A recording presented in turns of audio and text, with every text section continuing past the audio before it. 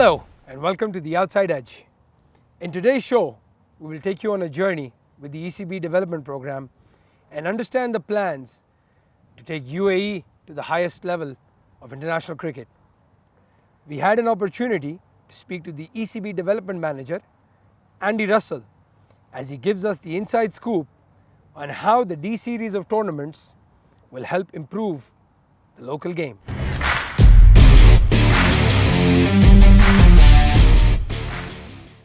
Hi guys, we're here on the sidelines with one of the most important people of the ECB setup. His name has been confused by one of the legends of the game as well, but we've got Andrew Russell, the ECB development manager, here with us. Hi Andrew, how are you feeling? Yeah, well, good. It's good to be here. It's good to have the tournament on the go and to see the quality of cricket. Yeah. Well, just for everybody to know this, he has been sitting outside watching all the games. So don't think he's sitting in his office watching them. He's been watching all of them. Tell us a little about your role with the ECB.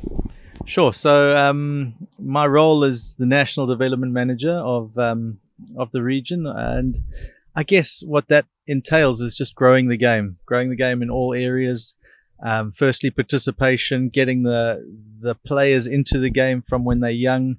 If you start that broad base of followers, players at a young age, they become your consumers, they become your followers, they become your cricket future. So really building the game from the ground up, which is your juniors, your under sixes when we generally start, having development pathways in place for them, having participation opportunities, making sure that there's an engagement with them at that starting point, and then all the way up, providing player pathways, opportunities for play for all levels of players, so that there's a retention of some sort and a growth. You really want to see the game flourishing, and flourishing is there's more players, there's more supporters, there's people interested, there's a lot happening. And I think over the last 5 years, so I've been on this role since 2014, it's been an amazing journey. We really have seen not just the participation, but the levels of interest, the levels of demand for cricket increased significantly. When I started in 2014, I think we had 24 turf ovals in the country. We've now done 100% of that. We're now at 48, with 6 more coming on in 6 months' time. So the growth is there to see. The love of the game is there to see, and it's wonderful to have such a vibrant cricket culture in this region. Well, talking about the Emirates D series of tournaments, the D10, the D20, and now we have the D50. How often will we see these events? How's the calendar looking for the domestic development of the game? So we're very fortunate to be in a position where we're able to partner with broadcasters, with corporates to push the game forward. And this is one of those concepts where we partner with a broadcast partner. We're able to showcase these events live on television, streaming. And that's become a real notch in the belt for us to have these. And so ultimately we're looking at these events every year. So having a D10, a D20, a D50 every year of every calendar year. So it gives the player a sort of a full season of Emirates Cricket Board, not discounting the other domestic events that they're going to play in. Well, thank you for sharing that information. When you talk about player development, and you mentioned broadcasting being part of this setup, this is something they're not used to. So I think this is also part of that player development, along with the fitness and all these other things.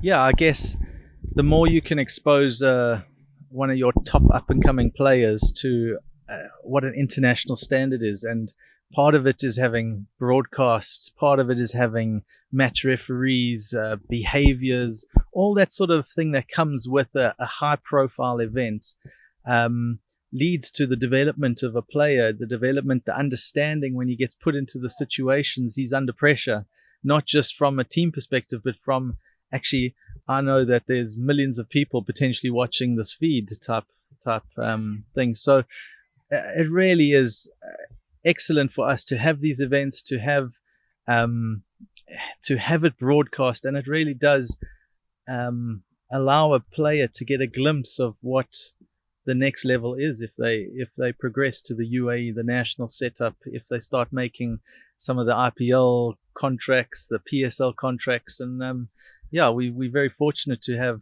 international cricket at our doorstep.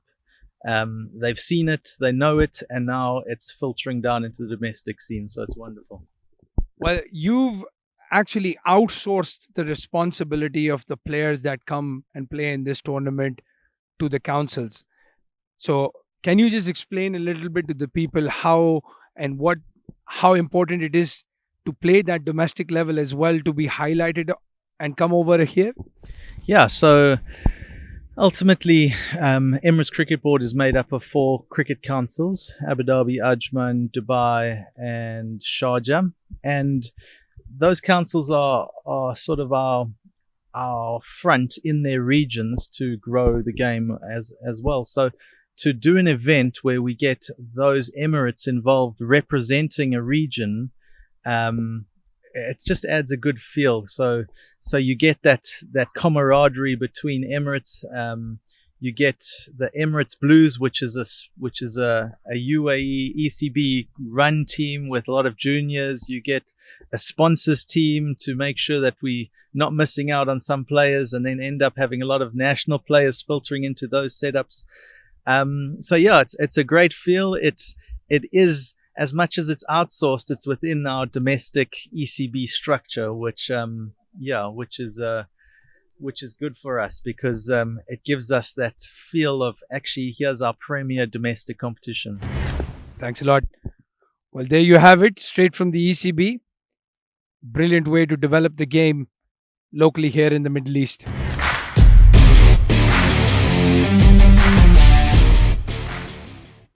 Well, thank you, Andy, for sharing those insights. It's great to see the progress of the UAE cricket in the last few years and how it continues to take major strides for the future. And talking about the future, I had an opportunity to speak to the future of UAE cricket. Here are the snippets of the conversations I had with some of the under-19 talent playing in this tournament.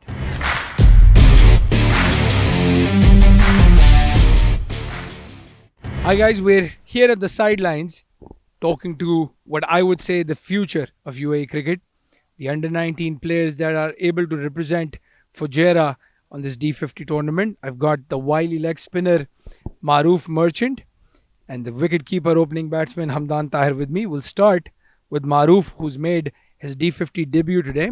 Maroof, how are you feeling? I'm feeling really good. It was a great experience playing the longer format in this big tournament. Given the opportunity by the management, I had nothing else but to give my best. So how does it feel playing under the captaincy of somebody as seasoned as Ahmed Raza? Ahmed is a great captain according to me. He gives really good advices on where to adjust my field or where to bowl according to the batsman, since he's very experienced. So when you're playing for a tournament like this, how do you prepare? Do you go for a lot of net sessions? Do you just rest and relax at home, preparing for the next game? How does an under-19 kid prepare for cricket? Saying again, this is a longer format game, so I just spot bowl a bit, try to get my consistency right, and I just do the same thing in the match. Right, we'll switch quickly to Hamdan Tahir, who had a long vigil on the crease. He's just back after having kept 50 overs as well. Hamdan, tired after keeping for 50 overs and opening the batting? Of course, I'm tired. Yeah, it's not that easy. The weather is not that good, but still, it wasn't that hard. I was just batting with Wasim bhai, so he was just, oh no, it wasn't that bad. I was just taking singles, so the weather didn't bother me much. So it was fine. So this is your third tournament, if I'm not mistaken. Actually, no, sorry, you've played all 4 tournaments. How's the experience, the learning process been so far, having represented the team in all 4 tournaments, the D10, D20 and D50? Learning process, I would say every tournament had something new for me. So I could learn something else. We had different UAE players playing in Fujairah every season, so it was good playing with them. So we have Usman bhai and Vishnu bhai now. We had Ahmed bhai, Wasim bhai. So I've been with Wasim Bhai and Mudassir Bhai for quite a long time. So I've been with them, so it wasn't a new thing for me. But yeah, playing with other new players was good. So you've played a lot of domestic cricket. Obviously, as you said, you play with Wasim as well. But this is a completely different thing compared to playing in let's say even Ajman or Sharjah, isn't it? Yeah, it's totally different wicket, but it's not that tough, because I've been part of Fujairah for quite a long time, so it wasn't that hard for me. It's fine now. All right, we'll just switch back very quickly to Maruf because we gave him a break. As a leg spinner, give us an idea. What is your plan most of the time? We saw you bowling outside off stump today a little bit. Is that what you regularly try to do in the nets? Yeah, I just try to get the batsman in front because as a leg spinner, I have to be brave and bowl front. Since so, if the batsman decides to attack, there's always a chance created by us. Yeah. Well, I've seen a couple of videos of you batting as well. I know Fujairah will not want you to pad up, but are you excited to maybe go and bat one day? Yeah, if I'm given the opportunity, I would definitely take it. I love your confidence. Switching back to Hamdan very quickly for a couple of really short questions. Hamdan, wicket keeper, opening batsman. Can I say Adam Gilchrist is your role model? Why not MS Dhoni? He doesn't open the batting, that's why. But But still, as a keeper, I still follow him. Yeah, Adam Gilchrist, my dad has been showing me videos of him. Look how he bats, look how he keeps. So yeah. and again, as a wicket-keeper batsman, there's so much competition going on at this stage in the UAE. You've got the likes of, Vritti Arvin and Zishan Abid in your team as well. There's some really good Khalid Shah, for example. How do you deal with pressure like that? What is the mindset when you're thinking, you want to take somebody's slot? There's no pressure. The thing is, all are like brothers. I've been with them. I've been playing with them. So if they're doing good, I'll be happy. If I'm doing good, they'll be happy for sure. Well, that's absolutely brilliant answer. Well, there you have it. Couple of under 19 kids were very confident. Lovely to see them speak the way they do in front of the camera. They're absolutely not shy at all.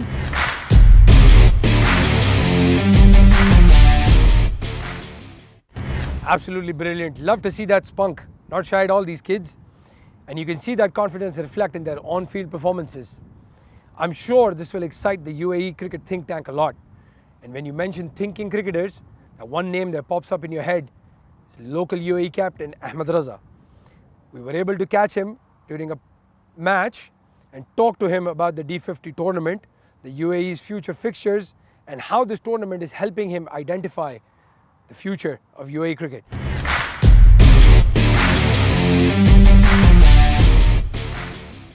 Hi guys, so I'm here with the captain of the Fujairah team, Ahmed Raza. Ahmed, first of all, let's talk about the match a little bit. And the reason why we're sitting is this is the only way I can be on the same level as Ahmed. So 178, you must be a bit disappointed though with that finish, that 50-run partnership in the end. Yeah, but I think if at the start of the day, I said I was very happy with anything around 220-ish. I know the last wicket, they had a bit of a partnership, but I think 170 on any day, you should just take it. All right, so I'm going to ask you a very tricky question.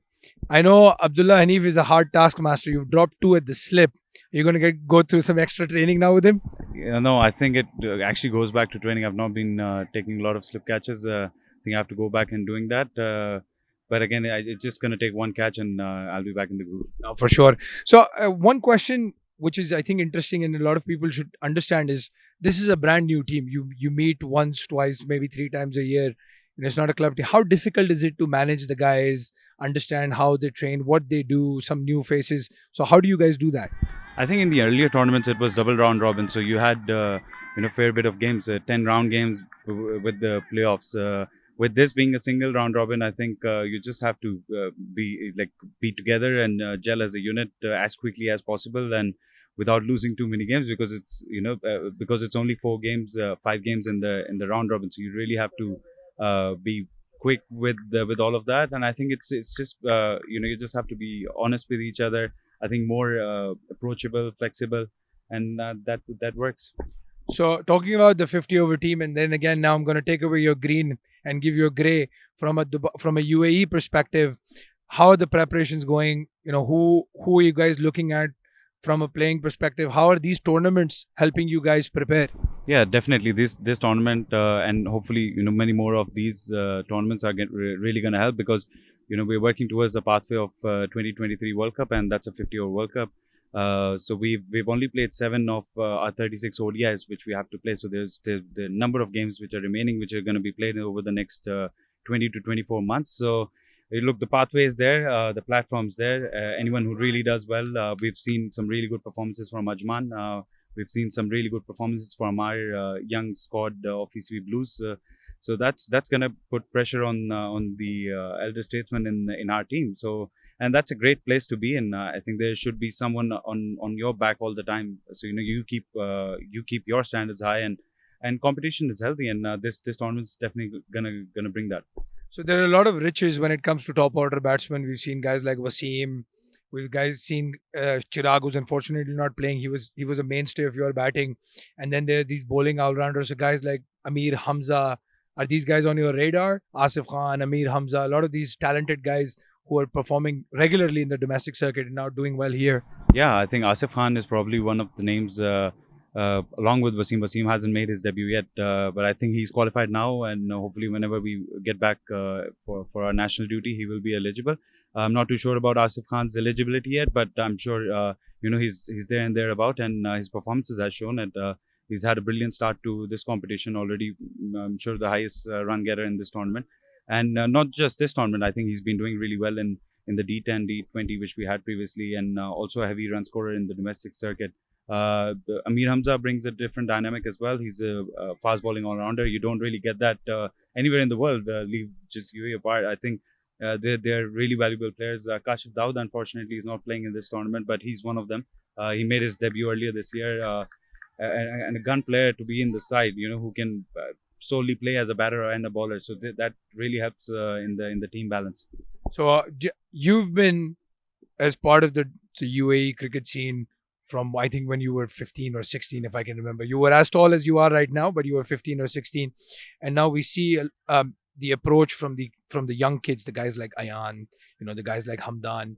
So how's the future looking in terms of players that are available and will be available in the next, I wouldn't say 5 years, but let's say next 10 years? Yeah, I mean, it looks brilliant. The future looks bright, and I think a lot of credit should go to the development officers. I think Andy and Shah are doing brilliant work. People who you don't really see in the forefront. I think the people at the back staff, they've been brilliant. As you rightly said, I mean, when I was 15, 16, we never had these opportunities to be playing in front of live stream or cameras. This really helps when they go and represent UAE. So they're not stage fright or anything. They've seen their families playing, or friends, or people just around the world watching them. I think that really helps when they eventually wear the color. Well, I'm glad nothing major has happened. I know you, before the start of the interview, said if somebody gets out, you'll have to run and pad up. But so far, so good.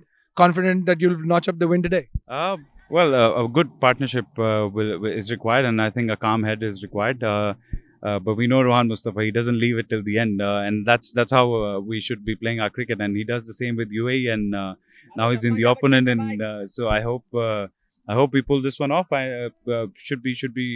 It won't be easy, but a scrappy win always helps in the tournament. Well, I'll let you go back to your team. Thank you so much for talking to us, man. All the best.